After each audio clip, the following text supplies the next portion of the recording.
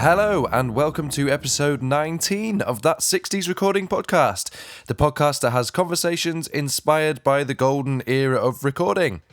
So this episode will be going out on the 5th of January, that's what the date will be today, or it was the 5th of January when this episode went out if you're listening to it afterwards, which means you'll have had your Christmas. And I hope that you have all had a fantastic Christmas and New Year, and it's brought a little bit of joy into what has otherwise been kind of an antisocial year, really, in a physical sense at least. And I hope you all got some nice Christmas presents, because after all, that's what Christmas is about, isn't it? I'm only joking, of course it's not. It's about... The best present I got was a griddle pan. And I think that means that I'm getting old if I get bought griddle pans. I mean, I asked for it. Does that definitely means that I'm getting old if I'm getting bought griddle pans that I asked for? Anyway, we're going to move on. Okay, so the episode today is part 2 of my conversation with recording engineer and console designer Malcolm Toft. And in this episode, we talk a little bit more about the sort of gear side of things and the console design and how we got into all of that kind of stuff. Another really, really interesting conversation, and I will see you on the other side. Here we go. Enjoy Malcolm Toft Part 2.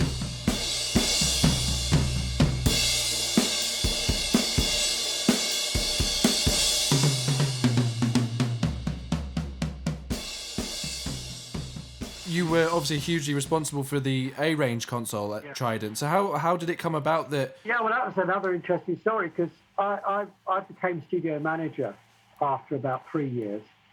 And they were always very appreciative of the role that I'd taken at Trident, you know, as the management, Barry and Norman, you know, it's like, let's look after Malcolm kind of thing. They were all very good like that. And we weren't happy with the consoles. That we had 2 Sound Techniques consoles, and we in particular weren't happy with the second one. When we went from 8-track to 16-track, we got a new 16-track console from Sound Techniques. The old 8-track went into a mixing room that we set up on the next floor. And we just weren't happy with the 16-track one. It was poorly put together. And so the reason for that was Sound Techniques had taken on a big contract with CTS Studio to supply a lot of consoles, and I think their eye was off the ball. So we weren't particularly happy with it. We wanted to go to 24-track, and our control room was quite small, very small in fact. We only had a space of 5 feet to get the console in. It was up on a riser. Okay. And we always had a remote pack base, so we didn't have a lot of space. And we wanted to go 24-track. So, crikey, you've got 24 monitors, you've got all this stuff. How are we going to get it in? So I was tasked with looking at consoles, other console alternatives. But at that time, there was Neve, a company called Helios, a company called Kadak, and that was pretty well it, really, in the UK. We ruled out the Helios because it was a wraparound type console, which wouldn't fit for us. The Kadak wasn't really for us. There were, again, things on it that it was a little bit overcomplicated. And the seminal moment was, and I can remember it to this day, Barry and I went up to Cambridge to meet with all the people at Neve. Now, we were a very prestigious studio by this time, you know, and Neve wanted to sell a console to us. So they wined us and they dined us, and we ended up in this big boardroom. Rupert wasn't there, but there was a lady called Betty Harmer-Smith who was in charge of all their engineering side.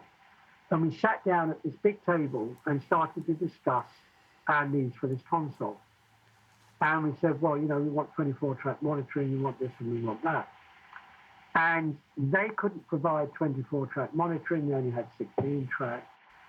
And they couldn't, and it was like, oh, can we modify this module to do it? Can we modify the 1073 to do it? Da, da, da, da. And what struck me at that meeting was about 6 or 7 people, salespeople, electronics people, engineering people. There was no one there who'd actually been a recording engineer. There was no one saying to us, oh, but if you route that through this thing or use that direct output or da-da-da, there was nobody saying that. It was all about, can we modify this? Can we make this to do that? And we were driving back, and I can remember this to this day, driving back, Barry and I in the car, and we were quite quiet because in a way, Neve was our last hope. And I said to Barry, I don't think we're going to, you know, I can't see Neve being able to do what we want. Because we wanted EQ on the monitor section as well. Because Roy Thomas Baker had said that when we get tapes in from America, they're on the NAB characteristic, and our tapes are CCIR, so that when they're played back without realigning the whole tape machine, there's a difference between the bass and the treble. You have to equalise them to make them sound good. Yeah. So he wanted EQ on the treble and bass so that they could just, without having to change all the tape recording, just simulate what it would sound like. Good idea. But nobody could put EQ on the monitors. Didn't put EQ on the monitors. That was anathema. Crikey, you didn't do that. Monitor section was flat. So this is again where Neve had problems with it. So we're driving back, and we both said, we're not going to get what we want from Neve, are we? And I said, no. He said, I don't know what we can do. But I've been playing around. I've been building my own mixer for a while because I'd always thought my career path would be to own my own studio. Mm-hmm. And the best way to do that, build my own console, because we couldn't afford to go out and buy one. So I thought, I'd always been interested in tinkering. I've been building, a console at home for years and messing about. And we had at Trident Studio a very good maintenance guy called Barry Porter, who used to, do all our maintenance and servicing. We always had a maintenance engineer on tap at Trident Studio. So if there was any fault, he came down from the top floor and would fix it. Mm-hmm. And in my off times, I would sit with Barry and say, look, I'm trying to build this. And Barry was very knowledgeable electronics-wise. And he helped me with some of the circuitry. And I was, building his console at home. So we're driving home and Barry said, well, what are we going to do? And I, 26 years of age or whatever I was at that time, I said, in one of these foolish moments, I think we could build our own console. And he said, really? I said, well, yeah. I said, there's Barry, he's a very good electronics guy, and I've been talking to him and whatever. I think we could build our own console. So they said, well, because it's you, we'll have a listen to it. So we went out and had a lunch and whatever, and I said to Barry and Norman, I said, look, I think we've got enough technical knowledge and certainly enough system knowledge. I'll do all the systems and everything else, design all the feature set and take care of all of that and the general building of it. And Barry can do the electronics. I think we can do it. So they took, again, a real chance, and they said, OK, we'll give you and Barry a year to build this console, and we'll relieve Barry as much as we can of his duties. We'll give you a room on the top floor. You should go away and design this console. So we spoke to the engineers about the facilities that they want. I did, planning layouts and yes, and I did all the circuit layout, the taping of the. And we got a friend of Barry, Sheffield, his flatmate actually, Willie, to do all the mechanical design. So that's how we built first Trident A-Range, and it was ever only built as a one-off for the studio. But as we were building it, clients heard that we were building building this console, and stop by and say, oh, how's it going? And I'd show them drawings and everything else. And before we knew it, there was Chipping Norton Studios that were opening up, who were friends of Roy Thomas Baker. And a client of mine, John Congus, who wrote He's Gonna Step on You, the Happy Mondays song. Yes, yeah. Yeah, well, I recorded John Congus. And he was setting up a studio and he said, could you build a console for me? So I used the designs that I would use for my own console at home, the one that I was going to build. We called that the Trident B range. Wow. So I to management, I said, look, I've got a couple of orders come through if we want them, how about setting up a company to make mixers? And that's what they did. They said, okay, we'll set up a mixer company and you'll be managing director of it and oversee it all. And Barry can have shares as well. So they gave us a shareholding in the company and set me up as managing director to oversee it all. And that's how we started Trident. And unfortunately, Barry left after a couple of years because he just couldn't take the sort of responsibility, if you like. He just wanted to be a designer and whatever. And so, but yeah, that's how we started Trident. And I mean, I look back on it, and it's crazy because the first session we ever did on the A-Range was Elton John. Wow. Right, to finish this console all night. And it wasn't half working. And the first bloody session we did was Elton John. I mean, you couldn't make it up, could you? Unbelievable. I unfortunately abandoned the session. We got the console working a few days after that, but you couldn't make this stuff up. You really couldn't. Amazing. On the road to making. I mean, to have the foresight, not only to have the foresight to sort of envisage putting something together like that, and also be in the right place to have somebody who's willing to take the chance on you is I know. unbelievable. When I look back, I mean, this wasn't just a small console. This was a groundbreaking console. It was within the space of 5 feet. It had 4-band EQ on every channel. It had EQ on the monitor section. It had, 6. I mean, it was a huge console of that day. There was nothing like it on the market at all that even came close to it. And when I look back on what we achieved in just over a year, it was pretty incredible, really. Pretty incredible. I still don't know. And to have that bravado at that age, to say, yeah, we'll do this. Because it could have all fallen so flat. It really could. It could have so easily missed. But as the same with joining Trident and all that stuff, you took a risk and it's paid off. It paid off. Yeah. It's about, I think, again, another thing I talked about, having a bit of self-belief. I think you have to believe in yourself. And at that time, I did believe. I believed. I never doubted for a second that we couldn't do this stuff. I never doubted for a second that I couldn't be up to the job at Trident.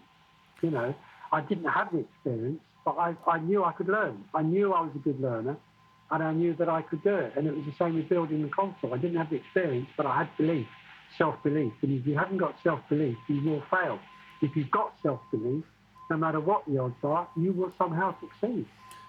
That's a hugely important lesson. It's hugely important. But you're surprised how many people, we ought to have a certain amount of self-doubt, but if your self-belief overrides that, you have to have a healthy amount of self-doubt. You can't be so arrogant. It doesn't matter what happens, I will succeed. You've got to have that questioning. But if overriding, you fall on the side, 70, 80%, yes, I do believe this is going to work. I believe that, I'm going to make this happen, Yeah. Then you've got a good chance of it happening. If you ain't 50-50, well, I'll give it a good shot, and if it comes off, it comes off. If it doesn't, it doesn't. You will not succeed. There's absolute gold dust. And, of course, you've kept up with, your name and Trident has become synonymous with sort of extremely high quality equipment now, and you've kept up with the times, if you like. There's a lot of, you continued building consoles, and you've made 500 series equipment. What's your take on 500 series? I think it's a good format. I think depends what you're trying to do. If you just want a simple system, then it gives you the flexibility of having different modules and different things that you can plug into. It's good for that. It's like analog plugins, for want of a better word. Yeah. If you just want to have flavors that you can plug into, then I think it's a good idea.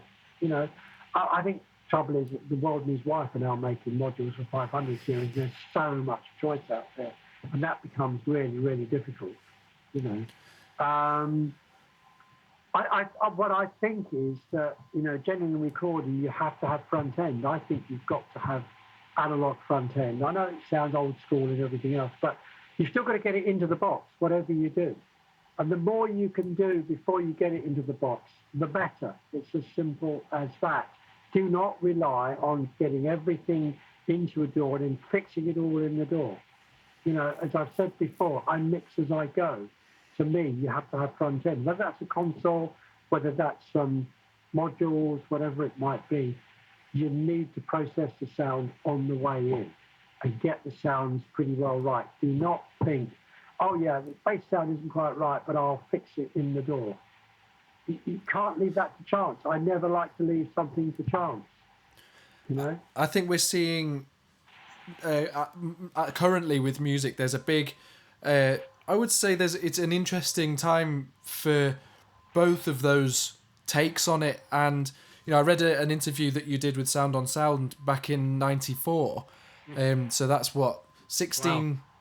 Wow. It's more than 16, 26 years ago. 6 years ago, yeah. Wow. And, they were questioning... One of the questions they asked you then was about the relevance of a recording console. And here you are almost 30 years later... Well... but they're still clearly important because we're still talking about them. The great thing, actually, we've gone through this evolution. There was a time back in the early 90s I couldn't set an analog console to save my life because oh, unless it's digital, we don't want to know. There is a very nice cohabitation now between analog and digital. People don't found on analog consoles now and go, oh, that's old school, we want digital. People realise that there is a benefit. There's that touch and feel of an analog console. There's that thing of sitting behind the console and moving the faders and just that tactile feel that you cannot replace by being inside the box. You just don't get that tactile feel. So it depends what you want. If you're working at home, you're on your own, etc., then fine, you can work in the box and whatever. But if you're working with other people and you want that tactile feel and that you're mixing, there's nothing better really than to push faders up and down. So if we almost swing back round to where we started, the course that you've put together, I've made some notes on a couple of the things that you touch on the course that I think are really important and almost move on from where we've just what we've just been speaking about. That when I started recording with a digital preamps, and it's the only control you have is to set a level, and that's kind of it. And then there's all these words and phrases that get bandied about, like gain structure and dynamic range and headroom, that as a young producer or a recording engineer, if you like, there's no way of understanding them with that equipment. Absolutely not. I have this big thing about digital recording, about DBFS, because it's such a movable feat. DBFS is a term that's used by the manufacturers of digital recording to set their own levels. In the analog world, there are set levels. There's 0 dBm, which is 0.775 volt, and +4, which is 0 VU, which is 1.225 volt. You know where you are with analog. You know where you are that, when your meters read 0, you're reading +4 dBm, and you know what that level is, okay? The moment you go into a converter, you don't know where you are, because that 0 dBFS can be whatever the manufacturer of the converter box wants it to be. And I found this out. I ran my own studio down in Devon some years ago. I went back to recording in the early 20s. I moved down to Devon, had a big basement. I thought, I'm going to turn this into a studio. So I did this. I put one of my consoles in there. And the first thing I bought back in the early 20s was a Mackie. What's it called? It was a 24-track tape recorder in a box, basically. Mm-hmm. Great. It was a computer in a box, and it was a tape machine in a box. And it was a 24-track recorder in a 3U box, had converters on it. So you went in analog, and it was really, really good, because for the first time I actually heard it played back exactly what I was recording. Didn't have any of the anomalies of tape, you could hear it back. And it was fantastic. But my desk, driving it, I had bar graphs on it that only went up to about +10 or +12. The Mackie needed a hell of a lot of level to go into it to get it into the sweet spot of the recorders. So I was having to pump about +15 to get this Mackie to really sort of get a good signal-to-noise ratio.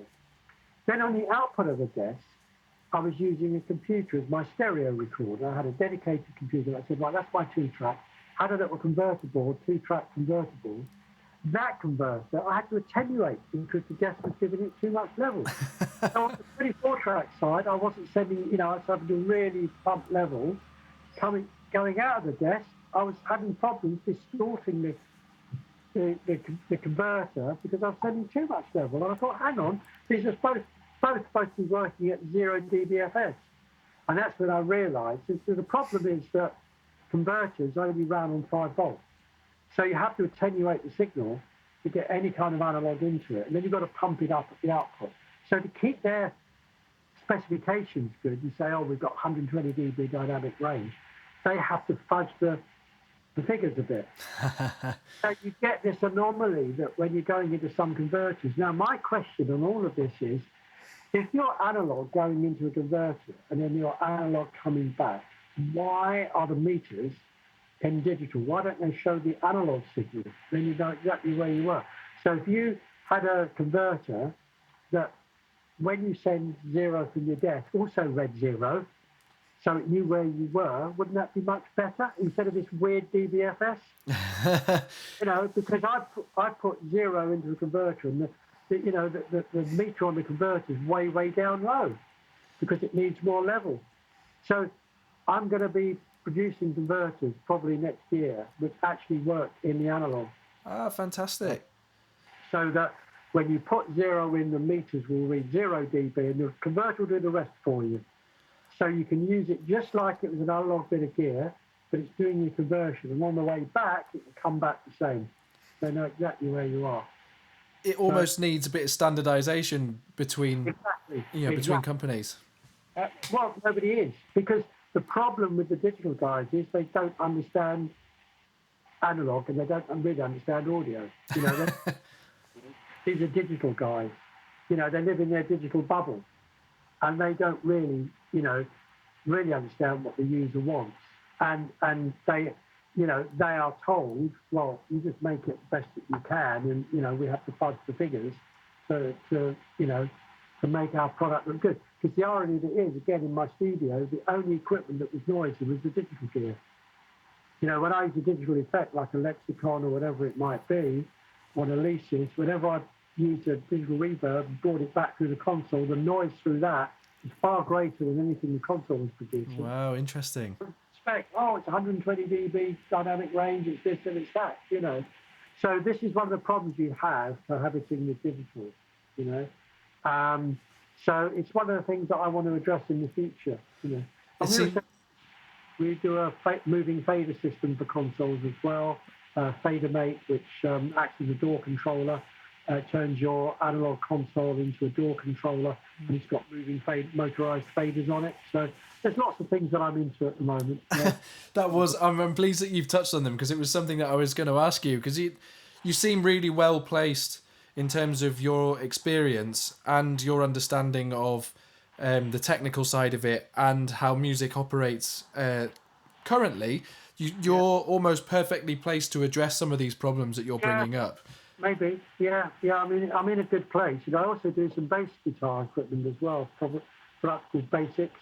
I've seen that, yes. Bass preamp system, which my dear friend Tony Visconti is using. Got Neil Murray from Whitesnake. Even got Pino Palladino using it. Oh wow! I mean, he's the cream of the crop, isn't he? Preamp system for bass players. It basically takes the controls that are on your amp and puts them at your feet. So, and all the controls light up. So when you're on a stage, in a dark stage, you can actually see what's on there, and all the EQ's been designed specifically for bass players.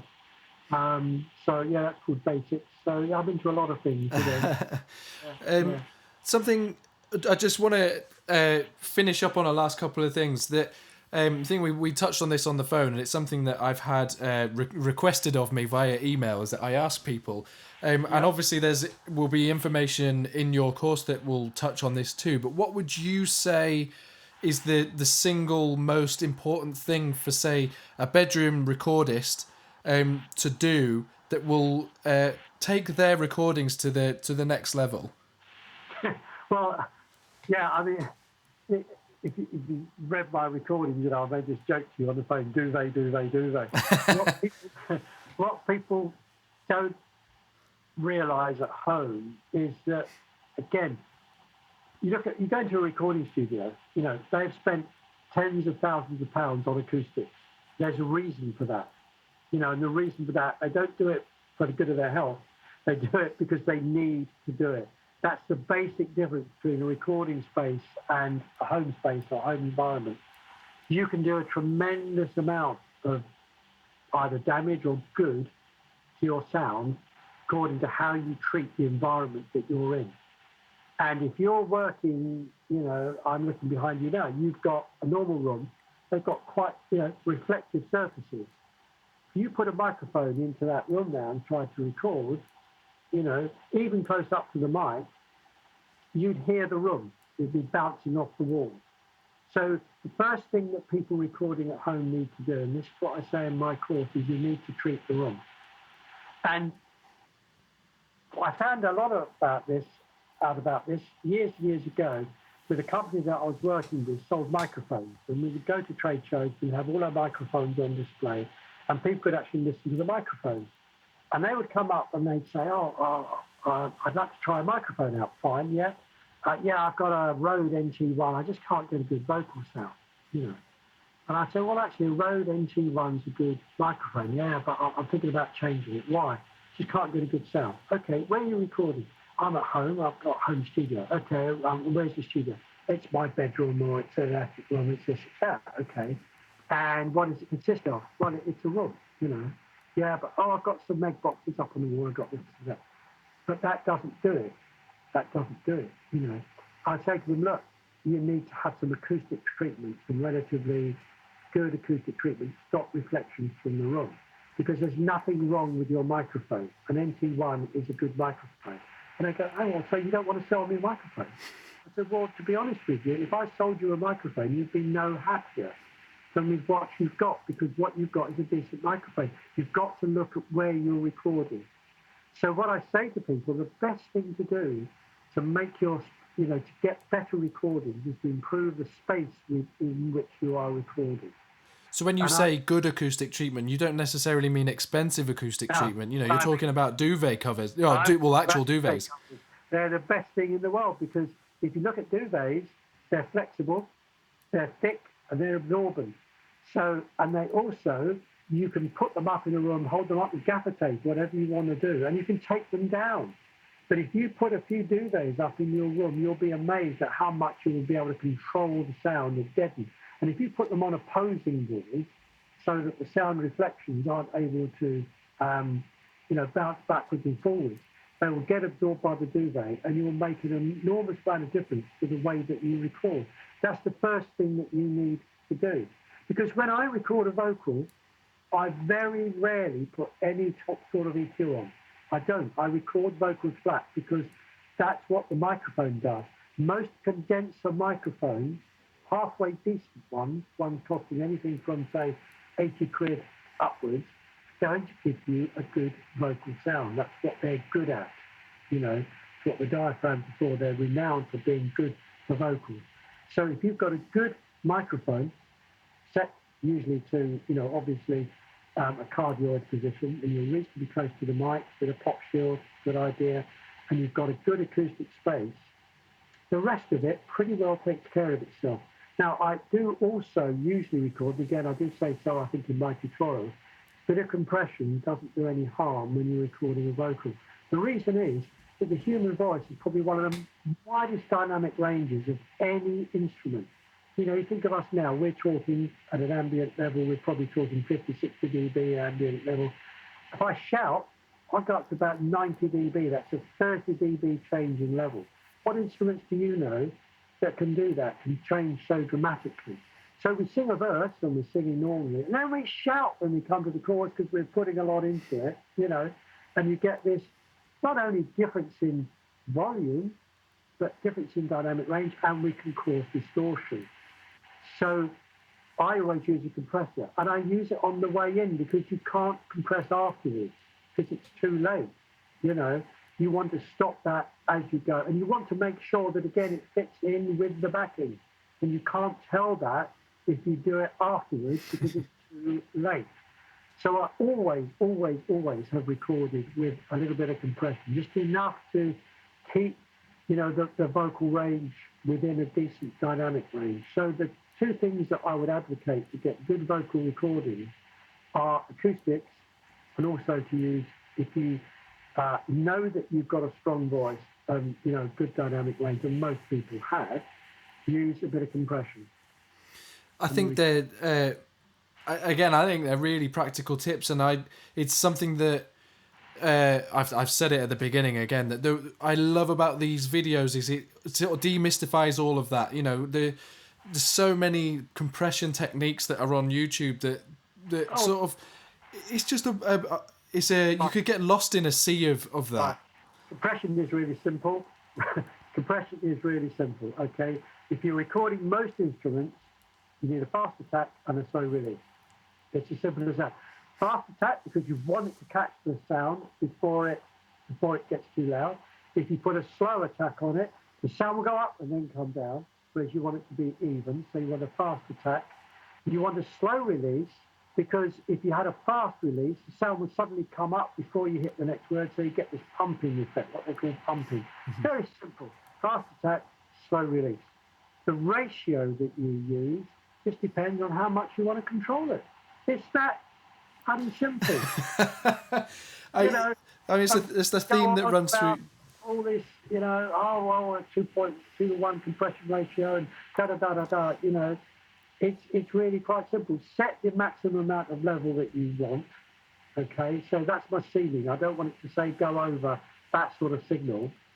And then just set your compression ratio so that it gives you that amount, won't let it go past. What a compression ratio means is that for every 2 dB in, you only get 1 dB out. For every 3 dB in, you only get 1 dB out. For every 4 dB over that, you only get 1 dB out. So you go, okay, well, yeah, my peaks are 6 dB over where I want them to be. Right, I'll put a 6-to-1 compression ratio on it. It really is simple. All of this stuff is simple, but people make it complicated. And absolutely, and you can see why upcoming recordists are looking at YouTube and getting confused. They do, And of course, the problem with doors and plugins is what you've got to remember about a door and what you've got to remember about a plugin, they try to be all things to all men. They don't know that you're just trying to record a vocal. They think you might be recording a bassoon, or you might be recording a trombone, or you might be recording the piano. So they make their programs, their algorithms, whatever they are, to do absolutely everything. And that's the problem with a door. They design doors to be for gaming. They design it for being film post-production. They design it for being jingle production. They design it for being musicians recording at home. So it's trying to be all things to all men. So there's all these feature sets in there that are confusing, that you go, oh, do I need this for that? No, you only need that for gaming, but it doesn't tell you that. So you've got to kind of disseminate all of this information and just get it down to the basics. And that's, again, what I try to do in these tutorials. And you've got to remember that about a lot of these plugins, a lot of this gear. It's trying to do everything so that you'll go, oh, I only need this one product. But in doing so, it misses the point of maybe the simple thing that you actually want to do. Stops it being really simple. The compressors, the LA2As that we had at Trident Studio were 2 knobs. One was compression and one was makeup gain. Amazing. Hey Jude, that heavily compressed piano on Hey Jude is an LA2A turned up. That's it. 2 knobs. I mean, yeah, it's a world apart from. I mean, I'm thinking of some of the plug-in compressors I've seen tutorials on that have got, they've got 15, 16, 20 knobs. Feed forward, feedback, side chain, da-da-da, all this stuff. I mean, for God's sake, just forget it.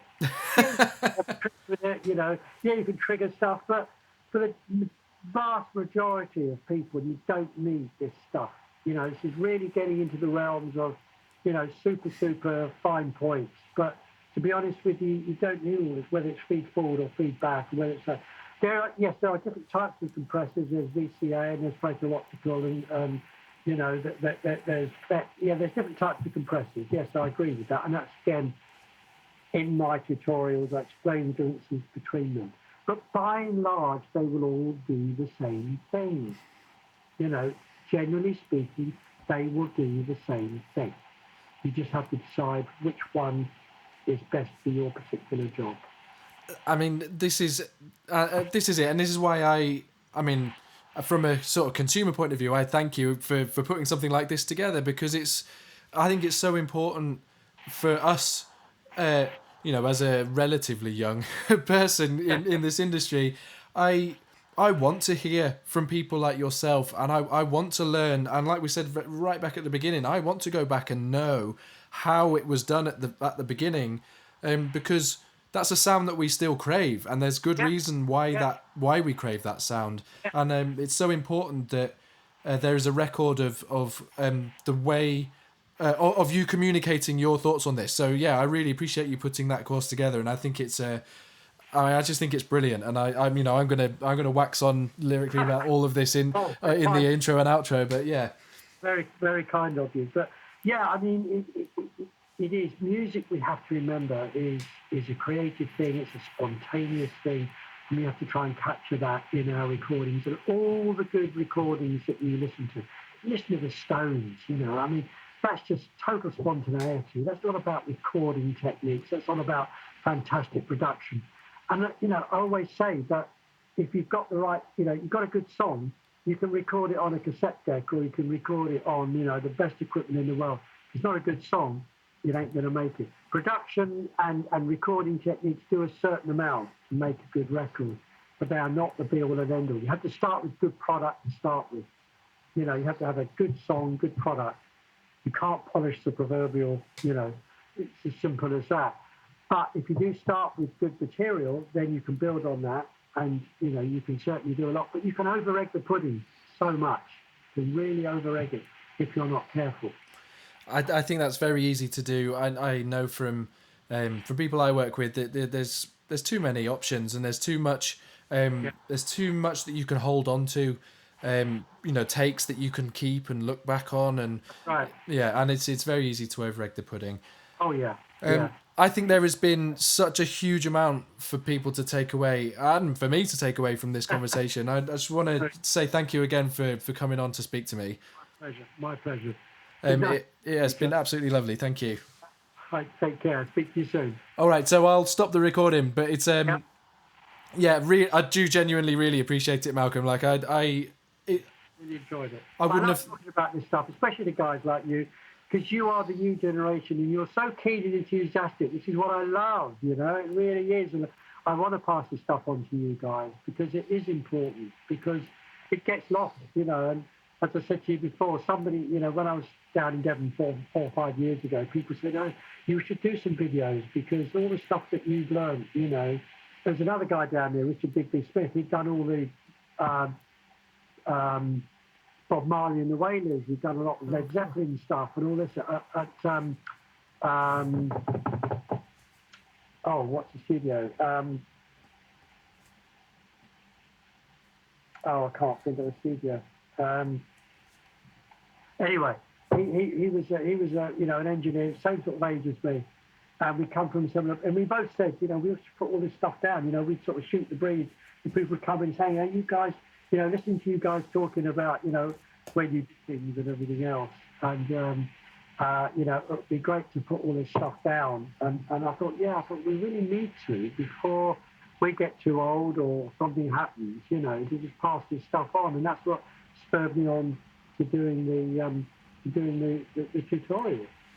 Yeah, I just think they are such a good record, and I keep saying it. I just think I love how simple everything is. That's something that seems to be missing from a lot of courses and things that are coming out now. It's just simple, and you explain it in such a simple way, and it's so.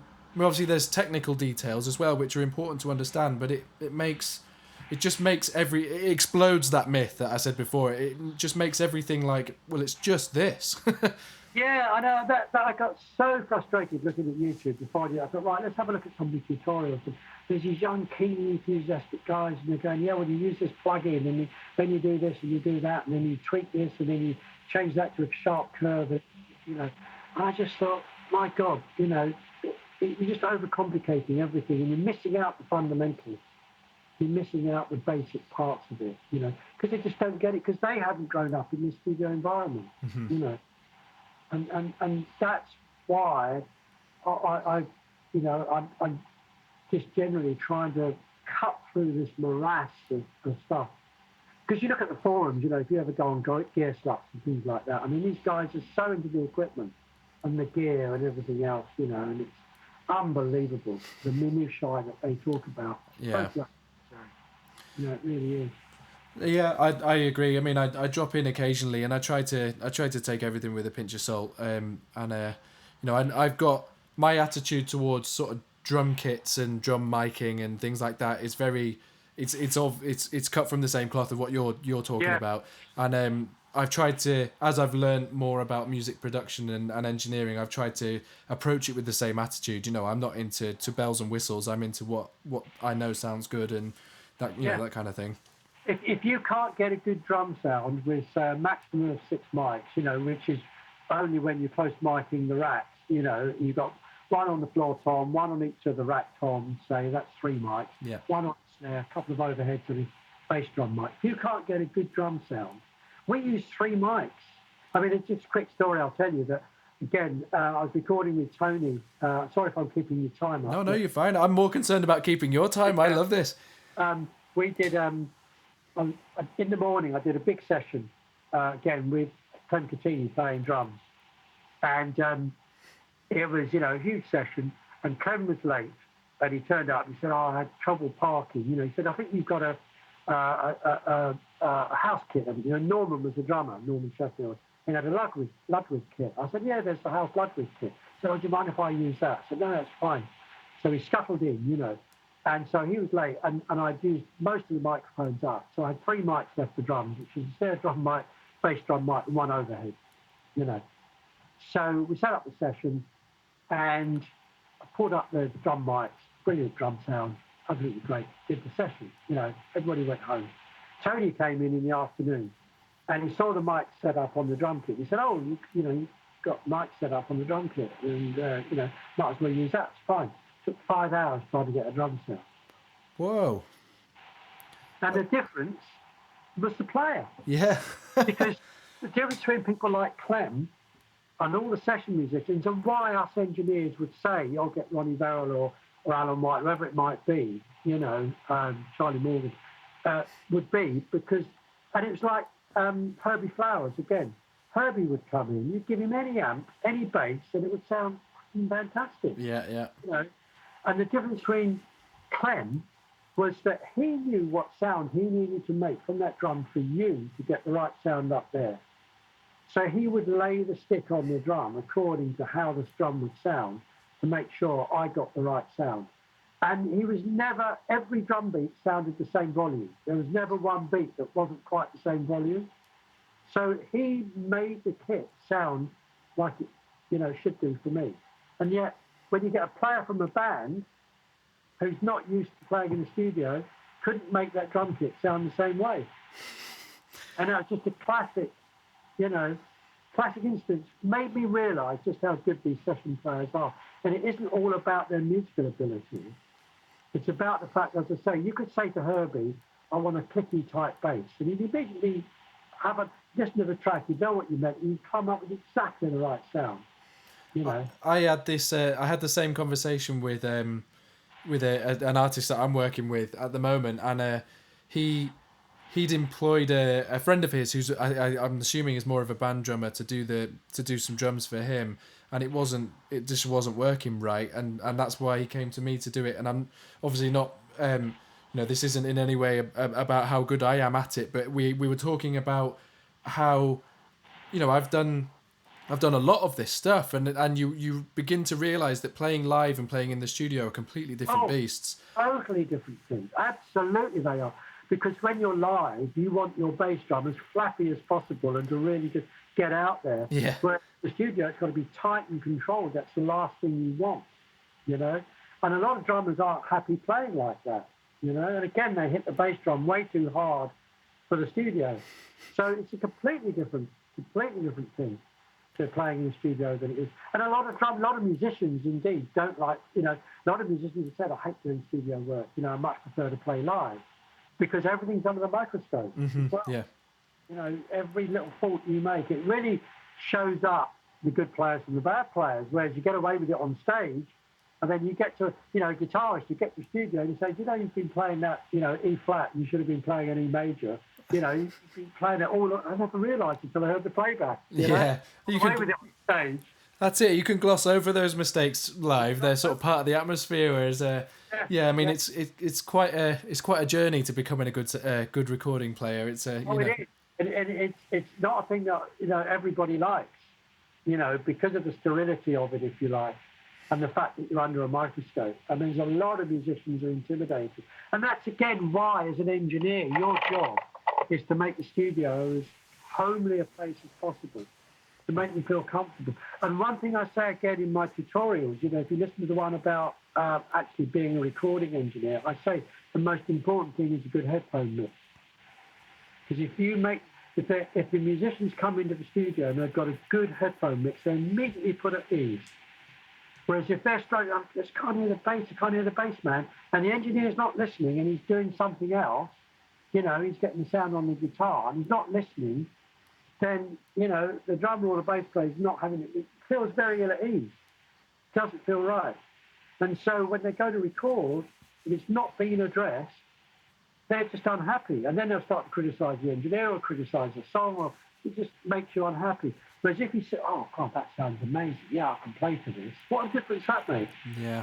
So to me, headphone mix is the most important thing you do. A lot of engineers don't get that. They're more in their own little world of, oh, I've got to get, what about my headphones? Don't worry about that. I'm just getting the drum sound. Don't worry about that. Well, you're getting the drum sound, but the drummer's not giving you the best because his headphones aren't right. It's common sense, isn't it, Joe? It really is. It really is. I have honestly, I've learned so much speaking to you over this conversation and the conversation we had the other day. It's been, I'm just really grateful for you giving me your time, and you know, I love it, absolutely love it. My pleasure, my pleasure. And you know, I know it's going to someone who's going to appreciate it, which really pleases me as well. You know, yeah, I'm more than happy. Fantastic.